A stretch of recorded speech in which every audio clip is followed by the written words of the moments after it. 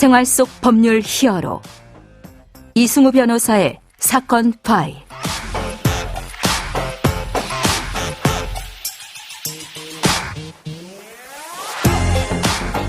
안녕하세요. 이승우입니다. 각종 사건 사고에서 여러분을 구해드리겠습니다. 오늘 열어볼 사건 파일은 조국 교수 관련 사건입니다.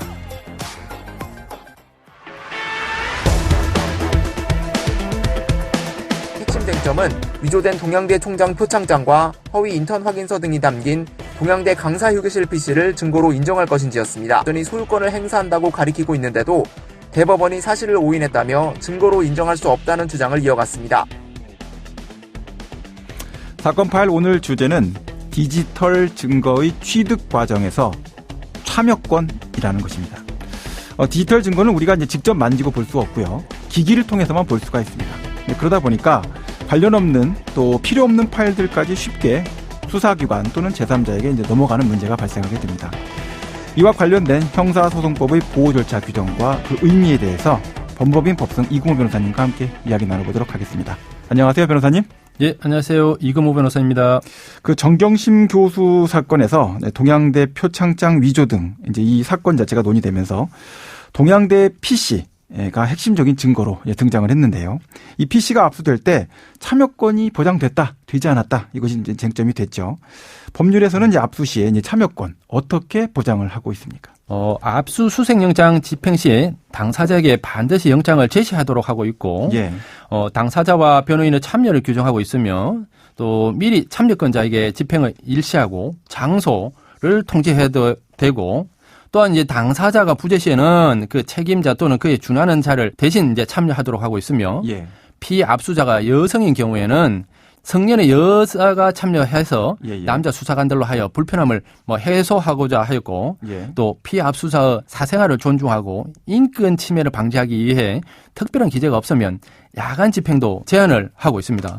그리고 영장 집행이 종료한 후에는 압수수색 현장에 참여 권한을 가진 자에게 압수 목록을 교부하는 등의 조치도 취하기도 해야 됩니다. 또한 법원 영장 별지에는 형사소송법 제106조 제3항에서 근거해서 전자정보 압수 방법에 대해서 언급하고 있고, 그 전자정보 압수 시에는 주의사항에 참여권을 보장한 가운데 원본을 개봉해서 복제본을 취득할 수 있으며, 압수수색의 전체 과정, 즉 복제본의 획득, 저장 매체 또는 복제본에 대한 탐색, 복제 출력 과정에 걸쳐서 피압수자 등의 참여권이 보장되어야 한다고 명시되어 있습니다.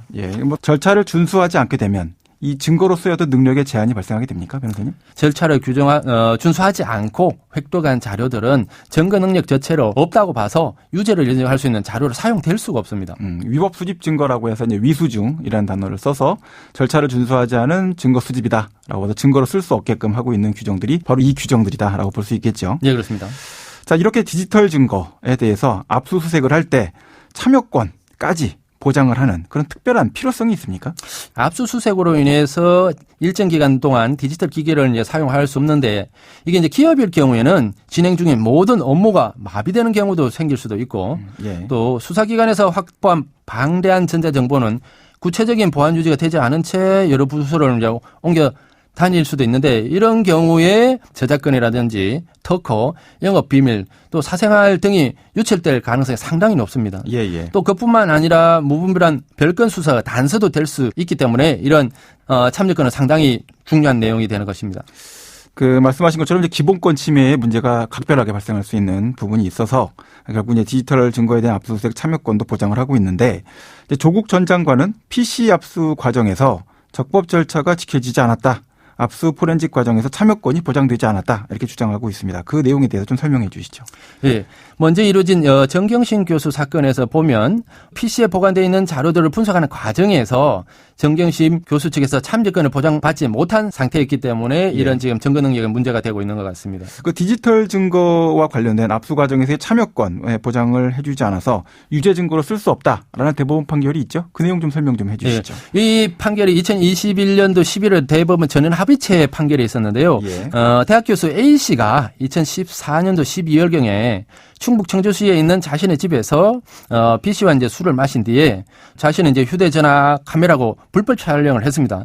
그런데 이제 이 사실을 알게 된 B씨가 경찰에 이제 신고를 하면서 그 당시 A씨가 소유하고 있던 휴대전화 2대를 증거로 이제 이미 제출을 했습니다. 네네. 그 후에 휴대전화 2대를 모두 이제 포렌식하기로 했는데 예. 이 과정에서 A씨는 자신이 먼저 확인해 준 휴대전화 압수수색에는 참여하겠다고 했지만 예. 나머지 휴대전화 포렌식에는 참여하지 않았다는 것입니다. 그러니까 B씨의 동영상이 있는 휴대전화에 대해서는 포렌식 참여를 하겠다라고 했는데 예. 그것이 아닌 다른 전화기에 대해서는 내가 그 통보도 못 받고 참여도 하지 않겠다. 이런 의사표시 자체가 확인된 바가 없다. 이런 말씀이신가요? 예, 그렇습니다. 네. 그 결과가 어떻게 됐습니까? 경찰은 2개의 전화기에 모두 다 이제 포렌식을 했는데 문제는 A씨가 참여하지 않은 그 휴대전화에서 또 다른 범행 사실이 발견되게 된 겁니다. 검찰은 이러한 2014년도와 2013년도 두 번의 불법 촬영에 대해서 모두 기소를 했던 것입니다. B씨의 동영상에 대한 것은 포렌식에 참여했는데 그것도 기소를 했고 예. 별건으로 갑자기 조사가 돼서 자료가 나왔는데 그것도 같이 동시에 기소를 했다. 이런 얘기신 거죠? 예, 그렇습니다. 네. 결과가 어떻게 됐습니까? 1심에서는 징역 6개월에 집행유예 1년을 선고했었는데 예. 2심에서는 조금 달리 판단을 해서 2013년 12월 범죄 사실에 대해서는 무죄를 선고해서 벌금 300만 원을 선고를 했습니다. 근데 대법원은 전원합의체에서 전원일체 의견으로 2심의 판단이 옳다. 그렇게 본 것입니다. 그러니까 B씨의 동영상에 대한 기소는 증거가 있다라고 본 것이고 별건으로 증거적 자료 확보돼서 올라온 것은 참여권 보장이 안 돼서 그것은 증거로 쓸 수 없다. 이렇게 판단을 한 것인가요? 예, 그렇습니다. 피의자가 소유 관리하는 정보 저장 매체를 피해자 등 제3자가 제출한 경우에 내부에 저장된 전자정보 제출 범위에 관한 특별한 의사표시가 없으면 이미 제출에 따른 압수 동기가 된 범죄 혐의 사실 자체와 구체적 개별적 연관관계가 있는 전자정보로 제한해야 하고 휴대전화 등을 탐색하거나 복제 출력할 때에는 피해자에게 참여권을 보장하고 압수한 전자정보 목록을 교부해야 하는데 참여권을 보장하지 않았다라고 해가지고 증거 능력을 인정하지 않았던 것입니다. 네.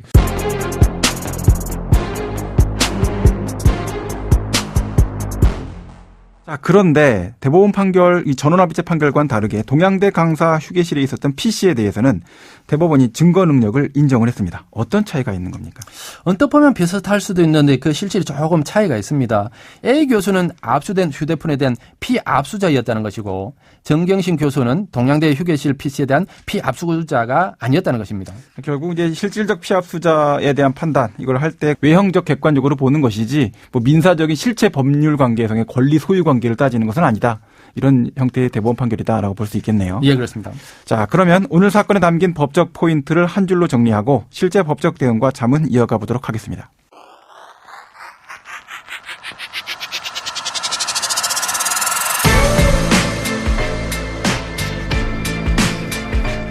이럴 땐 법대로. 형법과 형사소송법은 국가형벌권으로 국민의 자유, 권리에 대한 중대한 제한, 구속을 하거나 자격정지, 벌금 등과 같은 아주 강력한 형사적 제재를 가할 수 있는 형사사법 절차입니다. 그 과정에서 압수수색이라는 것은 국가의 강제 수사 처분에 있어서 적법 절차 원칙에서 도출되어 있는 절차적 요청으로서 적절한 고지를 받고 압수수색 대상이 된 물건 또는 파일 등에 대해서 필요성이 있다, 혐의와 관련성이 있다, 없다 여부에 대한 의견을 제출할 수 있는 기회 제공을 받을 권리가 있다라는 점을 이제 구체화하고 있다라고 보시면 될 것 같습니다.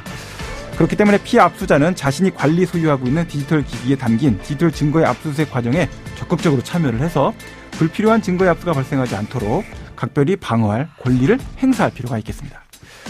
자, 오늘 디지털 증거 관련 참여권 보장에 대해서 이제 알아봤는데요. 디지털 증거 압수 상황이나 또는 디지털 증거의 포렌식 과정에서 법률 전문가에게 어떤 도움을 받을 수 있겠습니까, 변호사님? 이러한 압수수색 절차나 포렌식 과정에서 잘 알고 있는 형사 전문 변호사의 이제 도움을 받아서 절차를 참여를 하게 되면 불필요한 수사는 재판을 피할 수도 있는 중요한 방법이 될 수도 있을 것 같습니다. 네. 지금까지 이금호 변호사와 함께했습니다. 오늘 말씀 고맙습니다, 변호사님. 예, 감사합니다. 생활 속 법률 히어로 이승우 변호사였습니다. 내일도 사건에서 여러분들을 구해드릴 사건 파일 함께 열겠습니다.